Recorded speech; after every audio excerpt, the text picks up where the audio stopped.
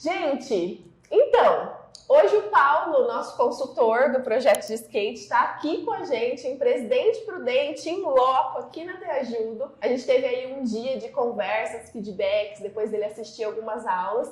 Enquanto tomávamos um cafezinho, pensamos, por que não conversar com vocês e contar um pouquinho, falar, trazer atualizações do projeto de skate, né, Paulo? Bárbara, que legal o projeto, né? Tive a oportunidade de vir aqui a conhecer os profissionais, conhecer o espaço. É um privilégio poder fazer parte desse projeto com vocês, poder contribuir nesse processo. E aí, acho que seria legal a gente contar um pouquinho para vocês do projeto. Aliás, são 2 projetos, né? Isso. Verdade. E quem sabe alguém se interesse, na verdade, várias pessoas já se interessaram, mas a gente fica segurando para falar um pouquinho, né, sobre esse projeto e a possibilidade das pessoas replicarem esse projeto nas suas cidades, nas suas clínicas, nos vários locais. Então vamos contar um pouquinho. Bom, vamos lá então. Eu vou falando com você aqui, vou falando com você aqui também, tá bom? A gente sempre teve um skate. Antes da gente vir pra cá, na sede atual da Te Ajudo, a gente atendia em outro lugar e a gente tinha um skate que a gente usava de brinquedo. Então, para brincar, como reforçador, para ajudar a motivar nas atividades externas. E aí foi surgindo a ideia, por que não? Será que pode andar de skate? Não pode? Como fazer isso? Como não fazer? A gente passou por um período onde um clientinho nosso que estava ali na pré-adolescência se interessou em aprender depois de começar a brincar. E aí, gente, eu fui fazer um curso em São Paulo e conheci o Sr. Paulo, pessoal do Modelo Exerciência. E aí a gente ficou um período de, acho que aproximadamente uns 6 meses, tendo encontros, tendo reuniões, mas só com a estruturação do projeto, para a gente de fato ter uma base teórica sólida do que a gente estava fazendo. Não só pegar um professor de skate, botar lá a criança e o skate e vai, né? Então a gente procurou conteúdo bibliográfico, fomos atrás se já existia, como existia. Então lembra, Paulo, quando a gente estava nessa fase que a gente encontrou algumas pesquisas que trabalhavam com skate e autismo, Sim. Mas não tinha análise do comportamento. A gente encontrou análise do comportamento, esporte e autismo, mas que não era com o skate, né? Então a gente foi passando por toda essa construção para de fato a gente saber o que a gente está fazendo, a gente ter uma base consolidada, porque afinal a gente está trabalhando com a ciência da análise do comportamento. Depois que estava tudo construído, a gente de fato deu o start para começar nossas aulas. E embora eu tenha vindo aqui pela primeira vez, isso me empolga, eu adoro falar desse assunto. Então, esses projetos eles envolvem 3 temas em geral, né? O atendimento às pessoas com autismo, ora com uma finalidade terapêutica, ora com uma finalidade de impulsionamento do processo inclusivo. Então, o skate, ele envolve o atendimento de pessoas com atraso no desenvolvimento, em especial pessoas com transtorno do espectro autista, e ele envolve a tal da ciência da análise do comportamento, a ciência ABA. E a gente, então, tenta envolver esses 3 temas em benefício das pessoas que a gente atende.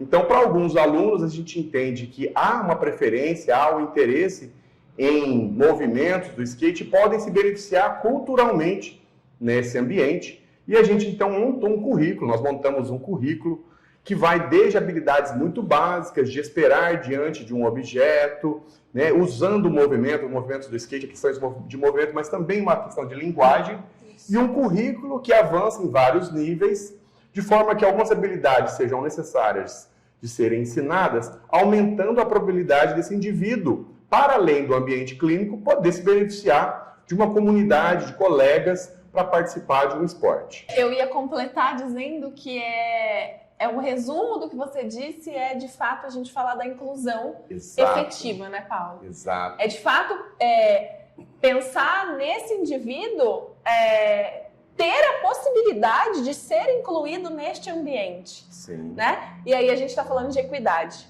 Eu Exato. dou o que é necessário para que ele de fato possa estar ou consiga estar naquele ambiente, né? Perfeito. Não é puxando saco não, gente, mas eu sinto isso mesmo. Todas as vezes que eu falo desse projeto, eu sinto isso de verdade.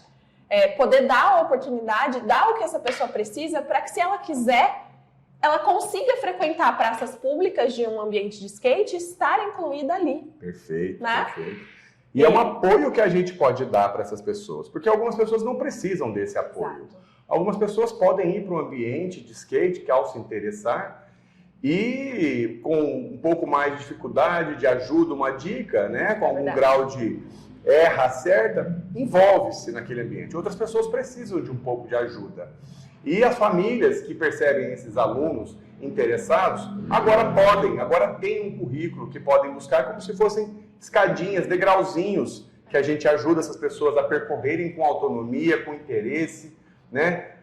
De forma que elas, por meio da ciência da análise do comportamento, que desenvolve uma tecnologia favorável à aprendizagem de algumas habilidades, e a gente então consegue gerar um ambiente em que as pessoas aprendem essas habilidades pré-requisitos com mais chances de participação em outros contextos. Esse é um dos projetos. E o outro? E o outro projeto é ainda mais legal, né? Ainda mais ambicioso. E aí, quanto mais, ainda mais pioneiro.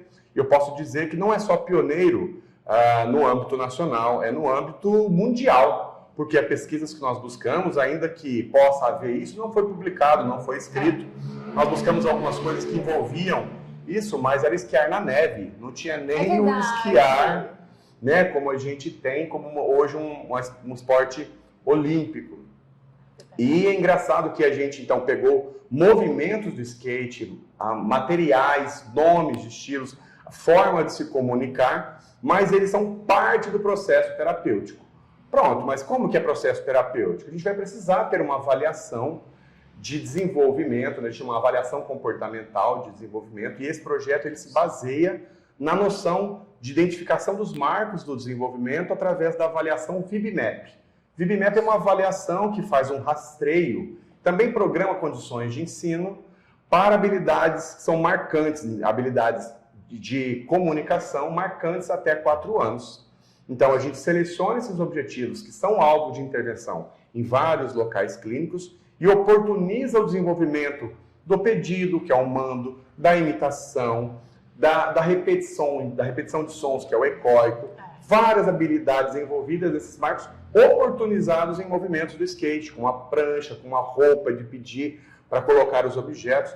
Então a gente oportuniza em contextos do skate, o que para algumas crianças é bastante motivador e para outras também é motivador, ainda que não seja do seu grau de interesse. Então é uma ferramenta esse movimento do skate, essas habilidades, para que também aumente a probabilidade das pessoas aderirem ao processo terapêutico. Então são processos pedagógicos bastante inovadores e com grandes chances, né? Tem uma chance muito grande de sucesso, e a gente já escreveu um pouquinho sobre isso. Temos um capítulo de livro para pessoas que quiserem se interessar sobre isso, e eu acho que ainda mais a gente pode ser um pouco mais ambicioso nesse papo. Contar que algumas pessoas podem, né, entrar em contato com a Teajudo. Sim. Se quiserem se interessarem, tanto as famílias podem pressionar as clínicas, né? Exato. Políticas públicas que possam se apropriar desse processo, que aumenta uma chance bastante grande das pessoas poderem se envolver em ambientes esportivos e também tornar mais lúdico, com um grau de autonomia ainda maior no processo terapêutico.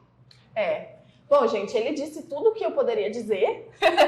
Excelente. Mas acho que é importante reiterar isso, né? Seja o seu interesse, vamos supor, você está assistindo esse vídeo e ficou interessado em levar isso para algum lugar, lembra então, a gente tem essas duas modalidades, né? Cada uma com a sua característica, cada uma com o seu objetivo, ambas lindas, incríveis, pensando da gente usar outros ambientes, outras ferramentas, outras formas de ensino.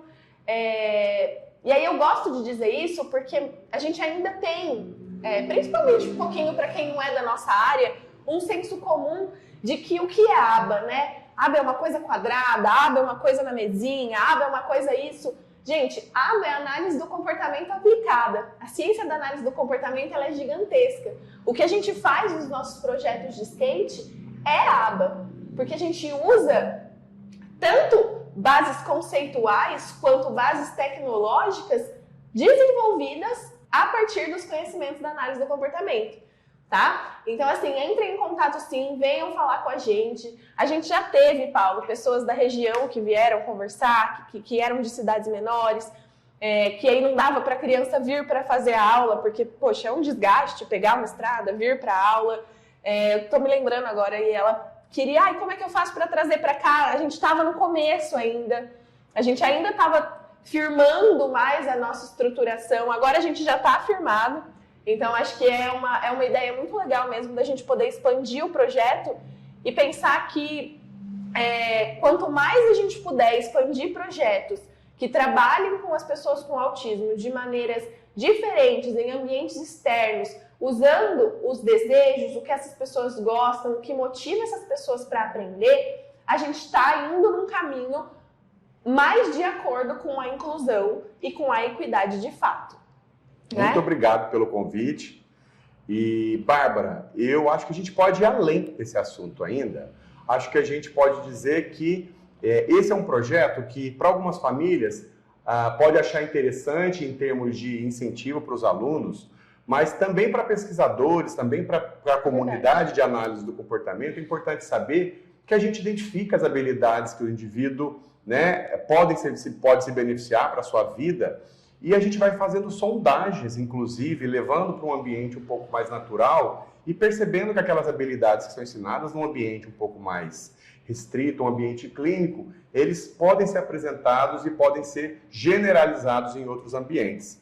Você sabe que depois do projeto que nós desenvolvemos, esse projeto inovador, Bárbara, pessoas que trabalham com outras modalidades de lutas, de natação, com dança, me procuram para que a gente possa montar currículos dessa área, mais ou menos desse mesmo esquema de ensinar dança para pessoas com autismo, ensinar habilidades de lutas para pessoas com autismo, ensinar habilidades de natação para pessoas com autismo, e também o oposto, usando habilidades da natação, das lutas, das danças, compondo o processo terapêutico, que inclusive ele adiciona, ele soma, ele agrega ganhos para além dos terapêuticos, qualidade de vida, gasto energético, habilidades motoras grossas, melhora o sono, qualidade de vida de maneira geral, das pessoas que são atendidas e das suas próprias famílias.